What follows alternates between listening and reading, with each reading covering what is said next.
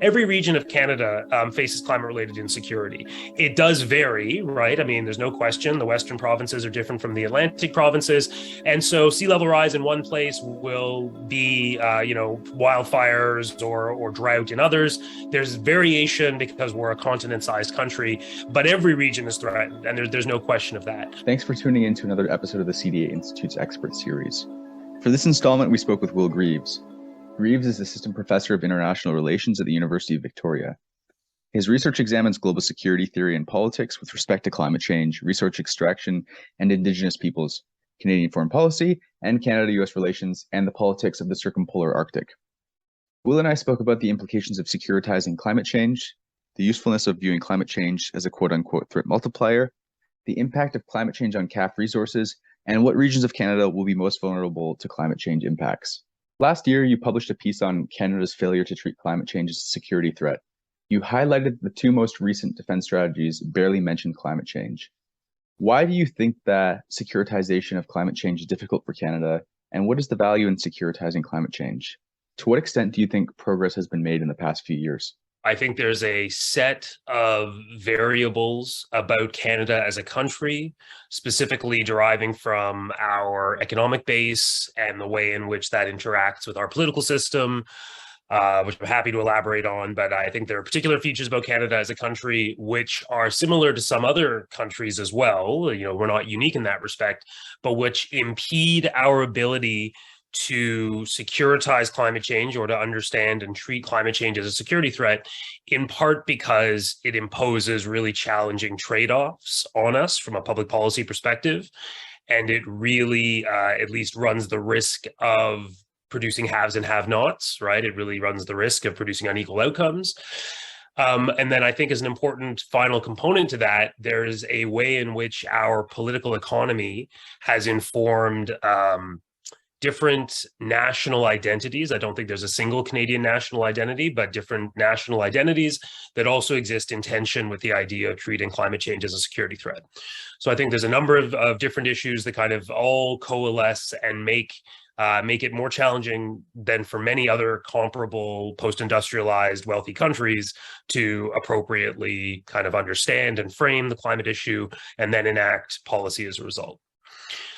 All of that exists separately from the question of whether or not securitization of climate is a good thing or a desirable thing, and what it would accomplish in terms of making ourselves more secure against extreme weather events and other kinds of climate-related phenomena.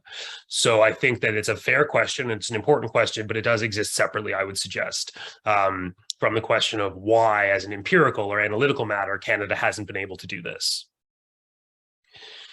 Personally, I've come around over a period of a number of years. I've kind of had a back and forth over whether or not I think that securitization of climate change is actually kind of in the strategic sense, the best way to try to galvanize or produce a better, more efficient, more robust political response. And I think there are really good arguments that exist about the limits of securitization and why securitizing things and treating them as a threat is not a panacea and doesn't necessarily produce good outcomes, and why it can produce very, very high costs to a free and democratic society that we should be very conscious and cautious about. And I think that those are really excellent points and ones that I take very seriously, especially in a moment when democratic institutions and principles and norms are under severe strain in much of the the developed world and the democratic world. And I think that we would be very foolish to do anything that risked exacerbating or undermining democratic integrity within Canada ourselves. That being said, I think it's fair to kind of say that I am a climate change securitizer, that I think, broadly speaking, we do need to do this. I'm going to sneeze. Excuse me. This is the real deal. Live television, as they say. But I think it's fair to say that based on my work and my own views, that I've come to the view that climate change impacts do threaten us. They do, threaten our core national interests, our well-being, a host of different things, which I've written about, 5 different types of climate-related security issues as I've described them.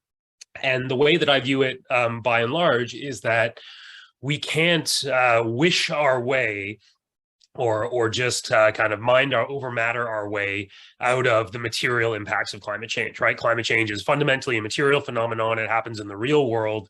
It happens in the physical world. And as a result, whether or not we call it a threat, whether or not we call it climate security, whether or not we engage in the rhetorical and like discursive processes around that, climate change is going to have these material and physical impacts, and we inhabit that world, and we rely upon that world. And so, I think I've really just come to the point that, the language and the rhetoric is part of the discussion, but it really shouldn't obscure what I think are the core security risks associated with climate change, which, absent taking more aggressive and robust action, are going to harm us, whether or not we call them a threat, whether or not we securitize climate change. And so it seems to me that we don't stand to lose as much from attempting to use that rhetoric to produce a better response, as we might stand to lose by kind of disarming ourselves and not taking advantage of a potential strategic tool available to try to produce a better response. I fully expect that there'll be mention of climate change. So in your previous question, right, you asked to what extent progress has been made, and in light of the limited engagement on climate change in the last two defense strategies released by the government of Canada, climate change is mentioned, but in the kind of in most passing and brief ways, and certainly not in any kind of significant depth. I expect at a minimum the Defense Review will maintain that tradition. I don't think you can not talk about climate change at all. I think it will have some place. But I think that there are very particular ways in which the government of Canada broadly, and certainly Canada's foreign policy and defense establishments, are more comfortable framing climate change. And that's very much as an external factor. That's very much as a driver of insecurity in the global south rather than at home or in the global north.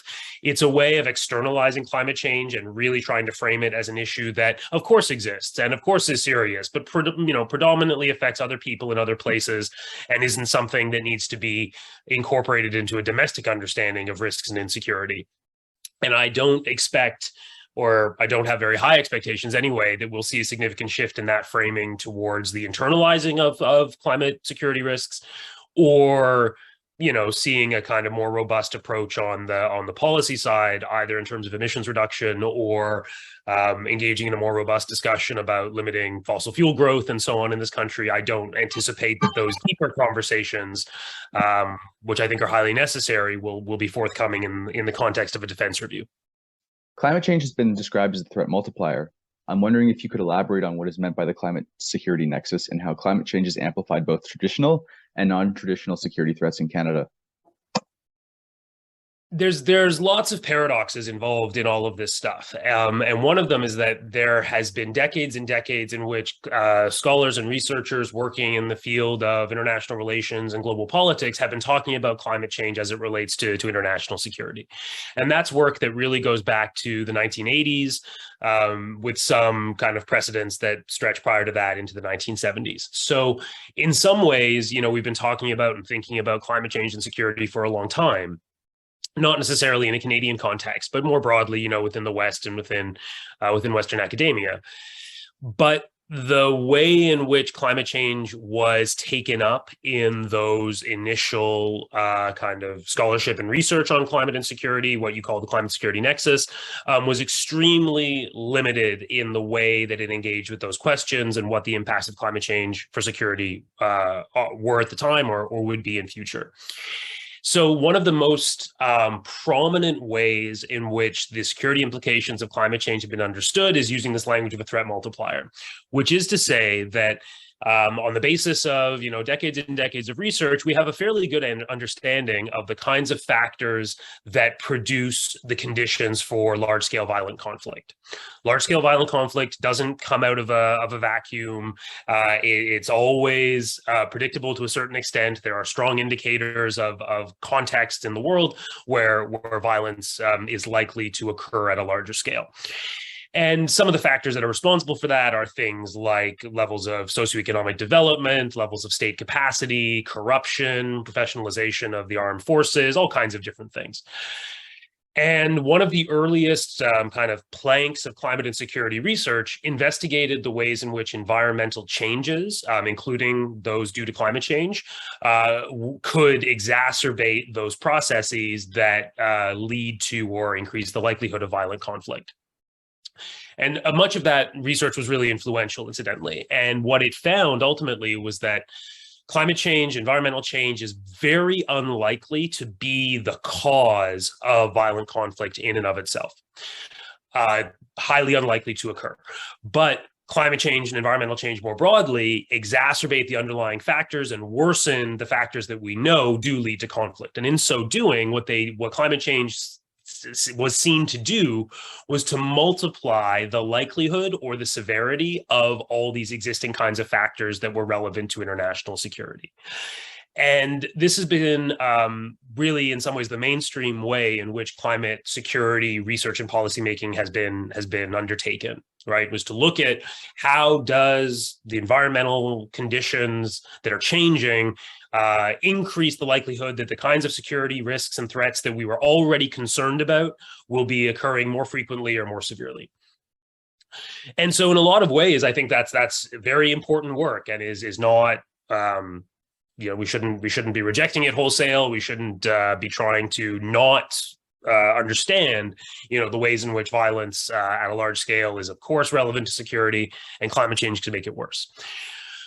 But I think that framing climate change as principally a threat multiplier or understanding its primary security impacts as being through the lens of violence, particularly large-scale organized violence, is really limiting. And so what we have in terms of this, what's often framed as a debate or a tension between traditional or conventional and then alternative or unconventional types of security analysis, is to essentially broaden the aperture, broaden what we're looking through away from narrowly scoping on violence to understand the other dimensions of human life and human society, and fundamentally the survival and well-being of both human life at an individual level and at larger, collective scales, but understand the ways in which the other systems and things that those security and survival of human communities require are undermined by climate change, even when large-scale violence isn't necessarily in the offing or isn't necessarily the threat that gets produced. And so what the threat multiplier framework risks obscuring are a lot of what are often called human security impacts related to climate change, whereby contrary to what some folks might think, human beings don't always reach for violence first. And in fact, we typically don't reach for violence first. And we have other tools available to us, but especially in large scale social contexts and so forth. And doubly especially, I should say, when there's still a state or a government that has a reasonably high level of capacity, that still has functioning police and security services, for example, violence really may not erupt at a large scale or may not be the primary thing that threatens people. But that doesn't mean that there aren't a host of other kinds of phenomena related to climate change that may be of great importance to those people's survival or well-being. So when we talk about threat multiplication and climate change, we're not typically talking about coastal erosion.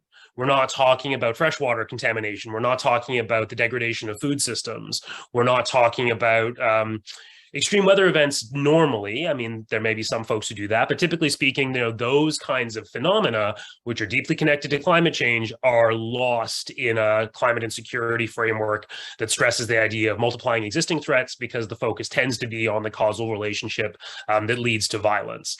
And that's just not the entirety of the insecurities that I would argue, and others certainly would argue, we should understand as being connected to climate change. The number of domestic disaster relief deployments by the CAP have increased since 2010. According to DND, requests for CAP assistance in responding to disasters or major emergency situations should only be made after the province or territory has exhausted all the capabilities. However, recent research published by Dr. Christian Luprecht and Dr. Peter Kasarak has shown that the provincial requests for assistance are being made and approved by the federal government before provincial resources have been exhausted. In your opinion, how manageable is this in terms of CAP resources and readiness? I don't have particular insight into what provinces have done or haven't done with their own resources. I think that becomes a really important but difficult thing to analyze, and one that requires a lot of empirical specificity. What I can speak to a little bit, because of research that I've done on this topic with some of my colleagues as well, is that the role of the Canadian Armed Forces in responding to climate-related extreme weather events and other kinds of climate-related environmental disasters within Canada has increased vastly in the last 2 decades. It's not quite an exponential upward increase, but it's getting pretty close to it. So we're seeing a really significant growth in the strain being placed on the CAF in terms of the expectation that they'll respond sometimes, repeatedly over the course of a season to these kinds of extreme weather events. And we know that that's happening in a landscape where the CAF is struggling in various areas. It's struggling with recruitment and retention. It's struggling with leadership at the top. It's struggling with its own internal culture. It's struggling to a certain extent with modernization of the force and its materiel and its capabilities.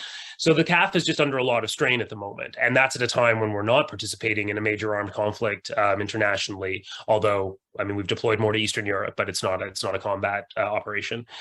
And so what I think we need to be very mindful of is twofold. On the one hand, of course, you don't want to overstrain the CAF such that you break the force or you undermine the force's capacity to perform its core functions, right? So there's just an operational strain, an operational tempo prospect, right? That the CAF can only do so much, and its personnel can only do so much at one time, and that they're being asked to do more and more with functionally the same, or even in some cases less resources.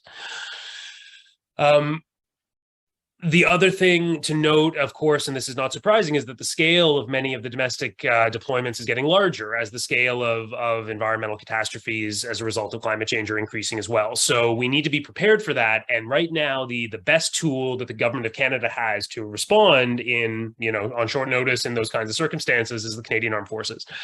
But it doesn't need to be the Canadian Armed Forces. And many scholars who work more closely on this topic, including my colleague, Dr. Peter Kickert from St. Francis Xavier University, have argued that Canada should really be investing in a civilian, body of some sort, whose primary function is precisely to respond to these kinds of situations and thus relieve the burden from the armed forces in doing so.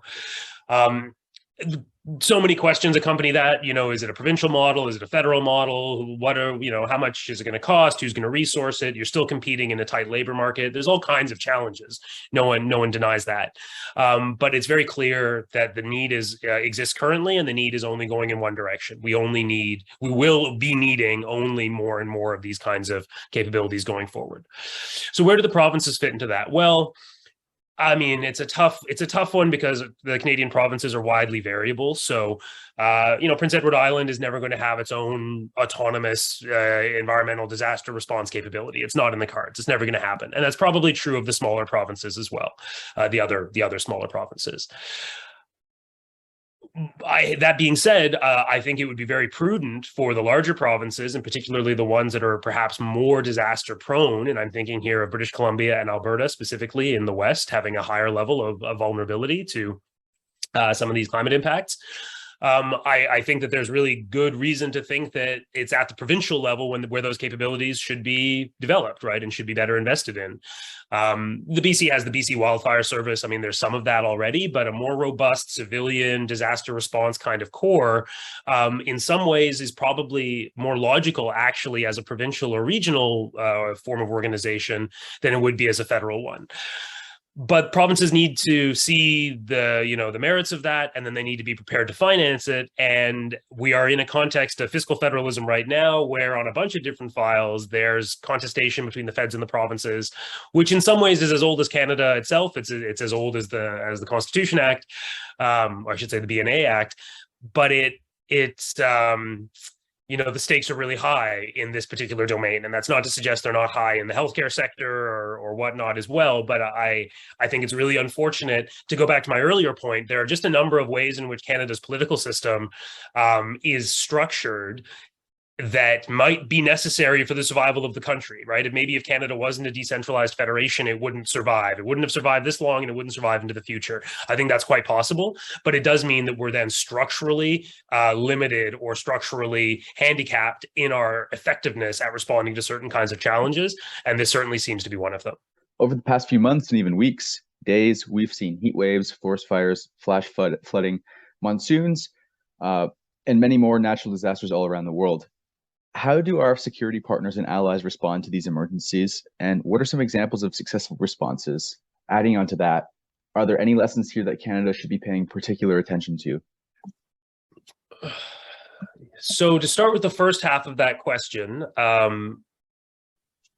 what's happening in Europe right now is a taste of the future that's already upon us, right? And in that sense, it's the Europeans getting another taste of the kind of extreme weather that Canada and the United States have experienced in the last 12 months, but that, of course, Europe has also experienced itself. This isn't the first, climate exacerbated extreme weather period that they've had either.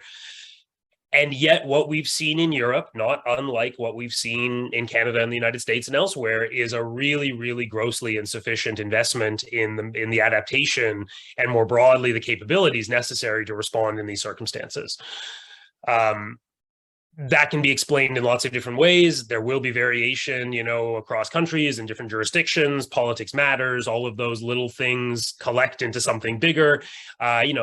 Can be a little bit difficult to unpack, but in broad general strokes, what I think we simply have seen across most of the global north, across most of the wealthy world, is a failure to take this seriously and a failure to change the way in which we make choices around some pretty mundane, banal kinds of, areas, the way we build our cities, the way we build our hard infrastructure, the way in which we build our built environment is in many ways the most important factor, I think, in this particular conversation. And what we've seen very clearly right now is that the state of European infrastructure, Western European infrastructure, is grossly inadequate to the current challenges, to the current temperatures, right, to the environment they have to operate in, never mind the increasingly severe environment going into the future. And we should be critical of that failure, right? So Europe had a massive heat wave in 2003. The summer of 2003, tens of thousands of people died in Europe from extreme heat. That's 19 years ago, right? I mean, in the intervening 2 decades, has the investment been made in the necessary infrastructure across a host of domains, but urban greening, construction of local cooling centers, installation of heat pumps, designing houses for better ventilation, and all of these things that 20 years of public policy could have maybe turned the needle on, but our focus has been elsewhere. And to the extent that Europe has made strides on the climate file, it's been more around the area of decarbonizing their energy mix, which is hugely important, right? I mean, critically important. But that's on the mitigation side. We need to be mitigating the root causes of climate change. We know that. I am certainly someone who thinks we need to be doing far, far more in terms of GHG reductions across all aspects of our society. But it's beyond foolish to suggest that we can focus on mitigation to the exclusion of adaptation at this point. We're decades, too late for that. So we need to be adapting, and adaptation at its core means doing things differently to suit the new environment that we find ourselves within. I remain deeply skeptical that the modest changes that we've made are remotely sufficient to qualify as, appropriate adaptation for our new climate. So our European allies and partners are getting a bad taste of the same rotten meal that we're all eating. I don't know, that metaphor is going to labor under the strain, but it's not surprising, and they shouldn't be surprised, nor should we. And to the extent that there's anybody to blame, it's us. It's the Europeans and the other very high carbon emitting, people and places in this world. So my sympathy and my thoughts are with the Europeans, but I hope that they treat it as none of us has yet treated it, as a real wake up call to start doing the things differently that we know we must do differently.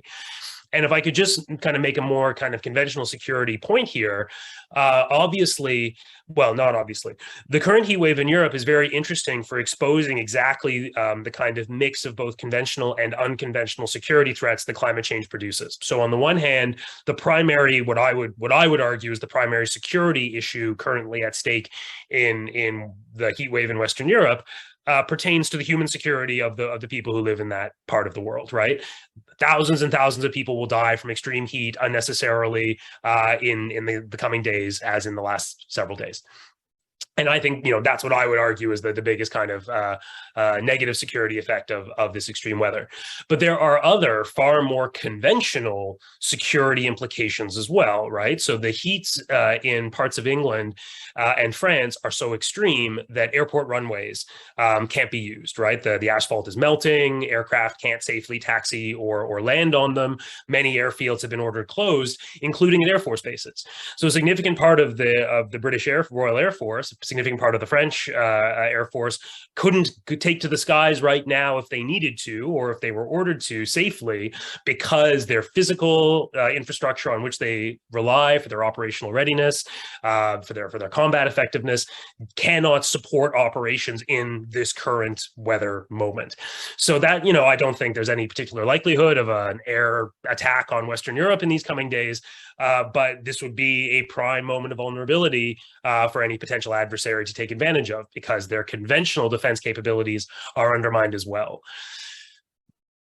That's the current moment that we're in. That's this heat wave. But there are a number of conventional security impacts related to climate change of a similar nature. And I'll note that in many ways, it's professional military officers and defense planners who have been saying for really a long time, much longer than many kind of mainstream political figures in the United States, in the West, that there were these conventional security impacts on climate change that needed to be taken more seriously.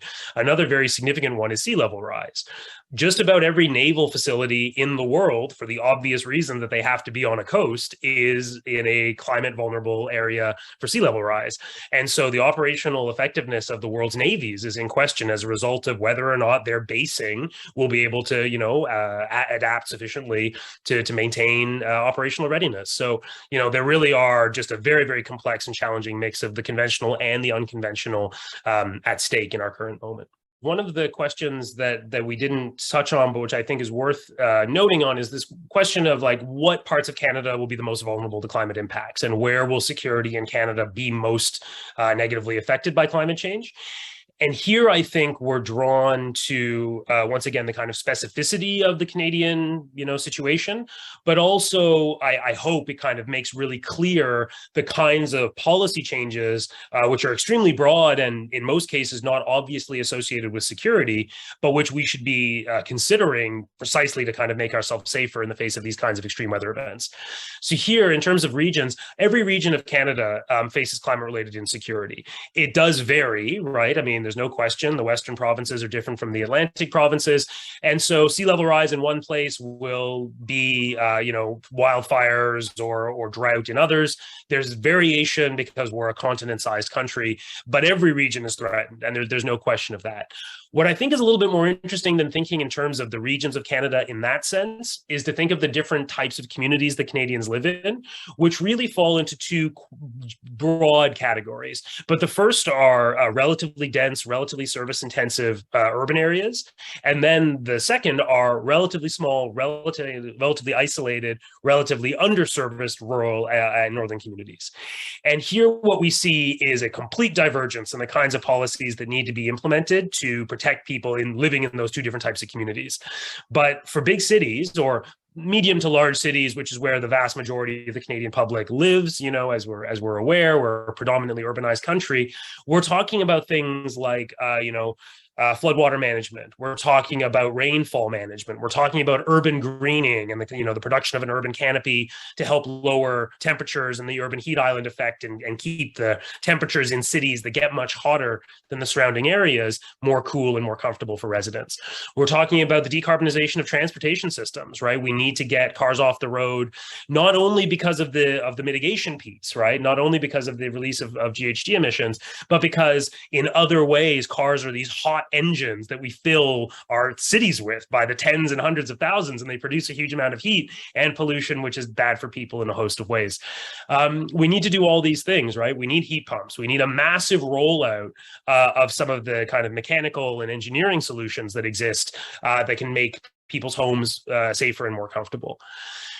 But in cities, in those urban communities, Canadians are never going to be self-reliant in terms of food, right? They're never going to be self-reliant in terms of their energy production. They are fundamentally, I live in the city, we are fundamentally connected to these systems, social, political, economic systems. That means that we have to work together. We have to have effective governance. We have to collectively, through our politics, come up with better ways of managing these challenges and making sure that the things that we're doing, the routine monies that cities are spending, are at every turn, with every dollar, being spent to try to reduce emissions and increase adaptation and resilience. Every single thing that we do.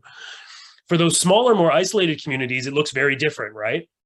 Those are folks who need to be able to be self-sufficient if disaster strikes. Those are communities that actually need to have the highest level of autonomy that can be economically feasible for them in terms of resilience if the power goes out, access to fresh water if water systems are compromised. To have some capacity, obviously in collaboration with their neighbors. No one is an island, but small numbers of people located often quite far distances from larger numbers of people who, in an increasingly climate stressed world, must be able to actually survive in their communities without external assistance for periods of days or weeks.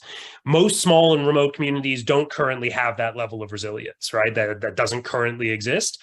But as we saw last year in British Columbia, just in the fall, when BC had its massive flooding event, one of the consequences of that event was to cut off several whole regions of communities in the BC interior from road access to the rest of the province.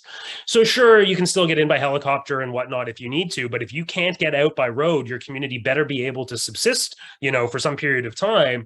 And I think we need to be working much harder and making bigger investments to make those rural communities, which in some ways I think are more vulnerable to really disastrous impacts, albeit ones that affect smaller numbers of people, to make them more resilient, because as we've seen increasingly, they're often not.